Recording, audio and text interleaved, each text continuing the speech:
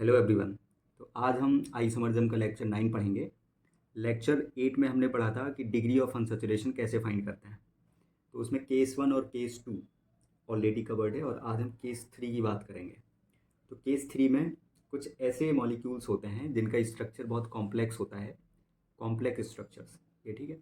तो उन मॉलिक्यूल्स के लिए हम डी फाइंड करते हैं।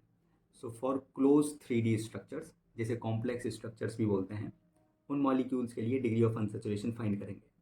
फॉर एग्जांपल, एक मॉलिक्यूल है क्यूबेन। तो जो क्यूबेन का स्ट्रक्चर है वो क्यूब लाइक स्ट्रक्चर होता है, ठीक है, बेसिकली क्यूब ही होता है। तो ये मॉलिक्यूल है आपका क्यूबेन, ठीक है, ऑर्गेनिक मॉलिक्यूल है ये। तो इसमें नंबर ऑफ कार्बन जो हैं वो ये कॉर्नर वाले एटम्स जो हैं ये कार्बन्स हैं, ठीक है, तो 8 कार्बन्स हैं। तो अगर मॉलिकुलर फार्मूला हम लोग देखें तो हो जाएगा सी, और नंबर ऑफ कार्बन एटम्स 8 हो जाएंगे। 8 कॉर्नर्स होते हैं क्यूब में, तो C8 और H। हाइड्रोजन्स अगर देखें तो किसी भी एक कॉर्नर पे अगर जाएं, जैसे कि ये है, तो यहाँ से 3 बॉन्ड्स ऑलरेडी बने हुए हैं। देखो इस कार्बन के 1 2 और एक ये 3, तो एक यहाँ पे हाइड्रोजन होगा। वैसे ही एवरी कॉर्नर एटम पे, मतलब कार्बन पे, ठीक है, एक वैलेंसी फ्री होगी तो वहाँ एक हाइड्रोजन होगा। तो 8 कॉर्नर्स थे तो 8 हाइड्रोजन हो जाएंगे, ठीक है। तो मॉलिकुलर फार्मूला हो गया C8H8। अब क्योंकि मॉलिकुलर फार्मूला नोन है तो हम डी यू निकाल सकते हैं, क्योंकि केस 1 में हमने यही बात करी थी, अगर मॉलिकुलर फार्मूला नोन हो तो फिर डी यू कैसे फाइंड करते हैं। ओके, तो डी यू फाइंड कर लेते हैं। तो 8 कार्बन के हिसाब से कितने हाइड्रोजन्स होने चाहिए, एक्सपेक्टेड हाइड्रोजन इन एल्केन। तो 8 2 + 16 + 2, तो 18 हो गया। करते क्या है यार, 8 को जस्ट डबल किया और 2 ऐड कर लिया, तो ये एक्सपेक्टेड हाइड्रोजन है, माइनस गिवन हाइड्रोजन्स कितने हैं, तो वो भी 8 हैं, तो यहाँ पे 8 रख दिया, डिवाइड बाय 2। तो 18 - 8 इज 10, 10/2, 10/2 इज 5। तो डी यू हमारा जो है दैट इज़ 5। क्यूबेन के लिए डी यू 5 आ गया। बट ये कोई मेथड नहीं हुआ, ठीक है, बार बार मॉलिकुलर फार्मूला निकालेंगे फिर कैलकुलेट करेंगे, तो ये तो काफ़ी लेंदी प्रोसेस है। तो इसके लिए सीधे जो भी कॉम्प्लेक्स स्ट्रक्चर्स होते हैं उनके लिए सीधे फार्मूला डिफाइंड है ऐसे डी यू के लिए। तो D U is equal to number of faces, जिन्हें एन बोलेंगे, -1, ठीक है। एन क्या है, number of faces, N is number of faces. अगर इस क्यूबेन में देखें तो नंबर ऑफ फेसेस कितनी होंगी, तो जो क्यूब होता है उसमें देखो 6 फेसेस होती हैं, तो एन के प्लेस पे 6 आ जाएगा, 6 - 1, 6 - 1 इज़ 5। तो ये आंसर आ गया, जो कि मॉलिकुलर फार्मूला फाइंड करने के बाद भी हमने देखा था 5 आ रहा था। ओके, और भी एग्जांपल्स देखते हैं। फॉर एग्जांपल, एक ये मॉलिक्यूल है, ये क्यूबेन तो बना दिया मैंने। अब क्यूबेन पे ये एंटीना लगा हुआ है, ठीक है, एंटीना नहीं, ये मिथाइल है। और लेट्स और भी कुछ लगाते हैं यहाँ पे, COOH, और ये, ठीक है, ऐसे एल्कीन है, डबल बॉन्ड, और लेट्स ये ट्रिपल बॉन्ड है। तो ये जो मॉलिक्यूल दिख रहा है इसका हमें डी फाइंड करना है। ओके, तो फाइंड करते हैं आप। तो जो ये दिख रहा है अंदर, ये क्यूब जो दिख रहा है, इसका डी कितना हो जाएगा, तो वो तो अभी अभी निकाला है, 5 हो जाएगा। नंबर ऑफ फेसेस -1, ये 6 - 1 करके, प्लस बाकी जो स्ट्रक्चर इस क्यूब के बाहर जो दिख रहे हैं हमें ग्रुप्स, जैसे कि COOH दिख रहा है, और फिर यहाँ डबल बॉन्ड, ये ट्रिपल बॉन्ड, और ये तो मिथाइल ही है CH3। यहाँ पे देखें तो 2 पाई बॉन्ड ये हैं, तो 2 हो गए, फिर एक ये हो गया 3 से 2, एक 3, और COOH में भी एक पाई बॉन्ड होगा। COOH का स्ट्रक्चर ऐसे, C डबल बॉन्ड OH, एक पाई बॉन्ड ये हो गया, ठीक है। तो पहले तो इसका हमने डी देख लिया, वो हो गया 6 - 1 दैट इज़ 5। फिर अगर नंबर ऑफ पाई बॉन्ड्स देखें बाहर, तो 1 2, और यहाँ पे 3 4, 4 हो गया। तो ये 5 + 4 9 हो गया आंसर, ठीक है। तो डी इसका 9 आ गया। अब एक और एग्जांपल देखते हैं।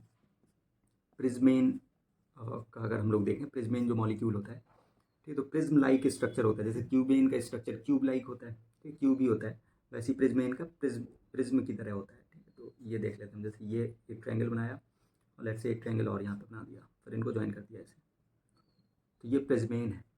ये सारे जो कॉर्नर एटम्स हैं ये कार्बन हैं, ठीक है। ओके, तो अगर इसमें हम डी निकालना चाह रहे हैं, तो नंबर ऑफ फेसेस अगर देखेंगे, तो देखो 2 ट्रायंगुलर फेसेस हैं, एक ऊपर और एक नीचे, दो ट्रायंगुलर फेसेस हो गई, और 3 रेक्टेंगुलर फेसेस हैं।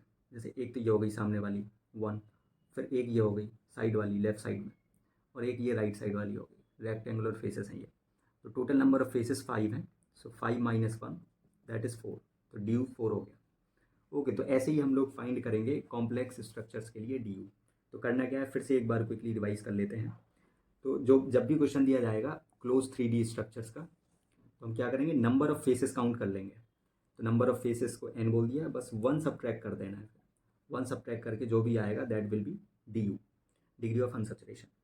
और अगर क्लोज स्ट्रक्चर है, क्लोज 3D स्ट्रक्चर है और साथ में open chain structures, open chain groups भी दिए गए हैं, तो हम नंबर ऑफ पाई बॉन्ड्स भी उसमें ऐड कर लेंगे। रिंग्स भी हो सकती हैं, इसी को एक्सटेंड करके लेट से ऐसे एक रिंग भी होती है, ठीक है, साइक्लोप्रोपेन वाली रिंग। ओके, तो फिर हम 1 और ऐड कर देते, तो फिर DU 10 हो जाता। I hope it is clear enough. Okay, अब हम बात करेंगे एप्लीकेशन ऑफ DU की। ये जो हमने DU पढ़ा है वो कहाँ पे यूज होता है।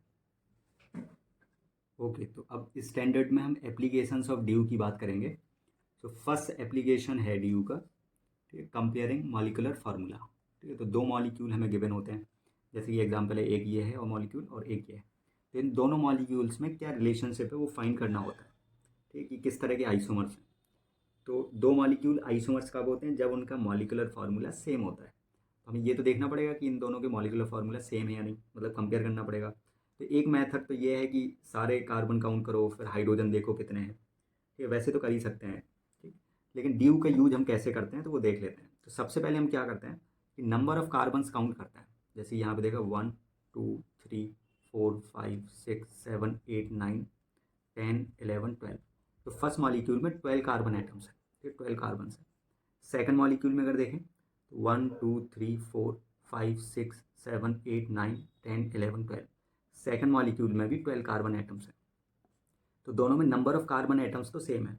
और देखो कार्बन एटम्स काउंट करना बड़ा इजी है, जो भी कॉर्नर होते हैं, ठीक है, जहाँ पे भी हमें कॉर्नर्स देखते हैं वो सब कार्बन एटम्स होता है। अब हाइड्रोजन्स काउंट करेंगे, ठीक है। तो अब DU के एप्लीकेशन में यही है कि अगर नंबर ऑफ कार्बन एटम्स जैसे इन दोनों में सेम है तो फिर हाइड्रोजन काउंट करने की ज़रूरत नहीं है।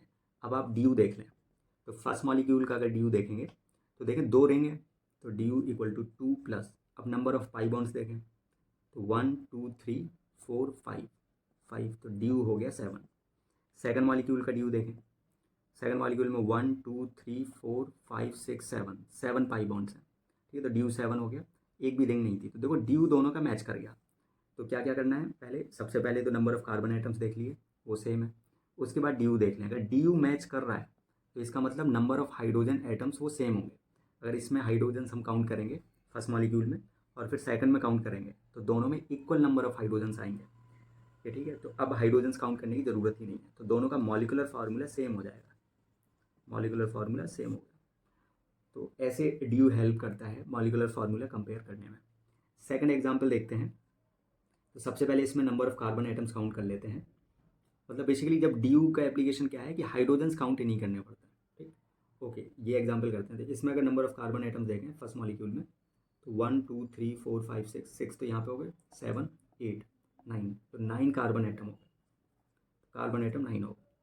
अच्छा, ऑक्सीजन अगर देखें, हाइड्रोजन्स को ही सेटिस्फाई कराता है DU, ठीक है, तो ऑक्सीजन देखें तो वो एक ही है। नाइट्रोजन देखें तो वो भी एक है। अब सेकंड मॉलिक्यूल में देखें नंबर ऑफ कार्बन आइटम्स, तो ये 5 मेंबर रिंग है, तो 5 कार्बन यहाँ हो गए, 1 2 3 4 5 6 7 8 9, तो कार्बन 9 हो गए। फिर ऑक्सीजन देखें तो ऑक्सीजन एक ही है। नाइट्रोजन देखें, नाइट्रोजन एक ही है। अब हाइड्रोजन एटम्स काउंट करने की ज़रूरत नहीं है, DU हम फाइंड कर लेंगे। और अगर DU सेम आ गया दोनों मॉलिक्यूल्स का, तो इन दोनों का मॉलिकुलर फार्मूला सेम होगा, तो हाइड्रोजन काउंट करने की ज़रूरत नहीं पड़ेगी। ओके, DU देखते हैं। तो ये बेंजीन रिंग है, तो एक रिंग होगी और 1 2 3 पाई बॉन्ड यहाँ पे हो गए, और CHO में भी एक पाई बॉन्ड होता है, ठीक है, ये CHO का स्ट्रक्चर है। तो 3 और 1 4, तो यहाँ पे 4 आ जाएगा। सो 1 + 4 = 5, तो DU 5 आ गया। सेकंड मॉलिक्यूल का अगर DU निकालें तो एक रिंग है तो 1 आ गया प्लस। अब पाई बॉन्ड देखें तो 1 2 3 4 पाई बॉन्ड है, तो DU 5 आ गया। अब दोनों को देखें DU मैच कर रहा है, इसका मतलब नंबर ऑफ हाइड्रोजन एटम्स दोनों में सेम होंगे, तो मॉलिकुलर फार्मूला दोनों का फिर से सेम हो जाएगा। तो यहाँ मॉलिकुलर फार्मूला सेम हो जाएगा। अच्छा, अगर क्वेश्चन ये होता है कि इन दोनों में रिलेशनशिप क्या है, ठीक है, दोनों मॉलिक्यूल्स में किस तरह के आइसोमर्स हैं, तो हमने मॉलिकुलर फार्मूला तो देख ही लिया कि दोनों का सेम है। अब इसमें देखें तो ये इसमें रिंग दिख रही है, फर्स्ट मॉलिक्यूल में रिंग्स है, but second molecule open chain structure है, तो ये एक दूसरे के रिंग चेन आइसोमर्स हो जाएंगे। तो रिंग चेन आइसोमर्स हो जाएंगे, फर्स्ट वाला जो एग्जाम्पल है, ठीक है, रिंग चेन आइसोमर्स, ये फर्स्ट एग्जाम्पल के लिए। सेकंड एग्जाम्पल में अगर देखें तो इन दोनों मॉलिक्यूल्स के बीच में रिलेशन क्या है, तो फर्स्ट में रिंग है, सेकंड में भी रिंग है, ठीक। ऑर्डर बताया गया था कि पहले रिंग चेन देखना है, फिर टॉटोमर्स, फिर फंक्शनल आइसोमर्स। ओके, तो ये रिंग चेन आइसोमर्स तो है नहीं, टॉटोमर्स खैर हमने पढ़ा नहीं और हैं भी नहीं है, तो ये एक दूसरे के फंक्शनल आइसोमर्स कहलाएंगे।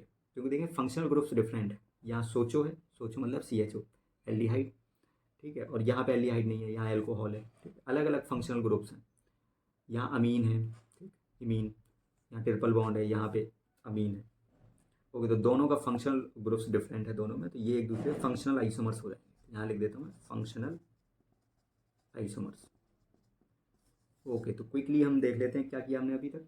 तो एप्लीकेशन ऑफ DU में फर्स्ट एप्लीकेशन पढ़ा है, जिसमें हम क्या करते हैं, तो जब भी दो मॉलिक्यूल्स गिवन होते हैं तो उनके मॉलिकुलर फार्मूला हम कंपेयर कर सकते हैं, ठीक है, तो मॉलिकुलर फार्मूला कंपेयर कर लेंगे। तो कैसे करते हैं, दोनों मॉलिक्यूल्स में नंबर ऑफ कार्बन आइटम्स देख लेते हैं, ऑक्सीजन हाइड्रोजन अगर प्रेजेंट है तो वो भी चेक कर लेते हैं सेम है या नहीं।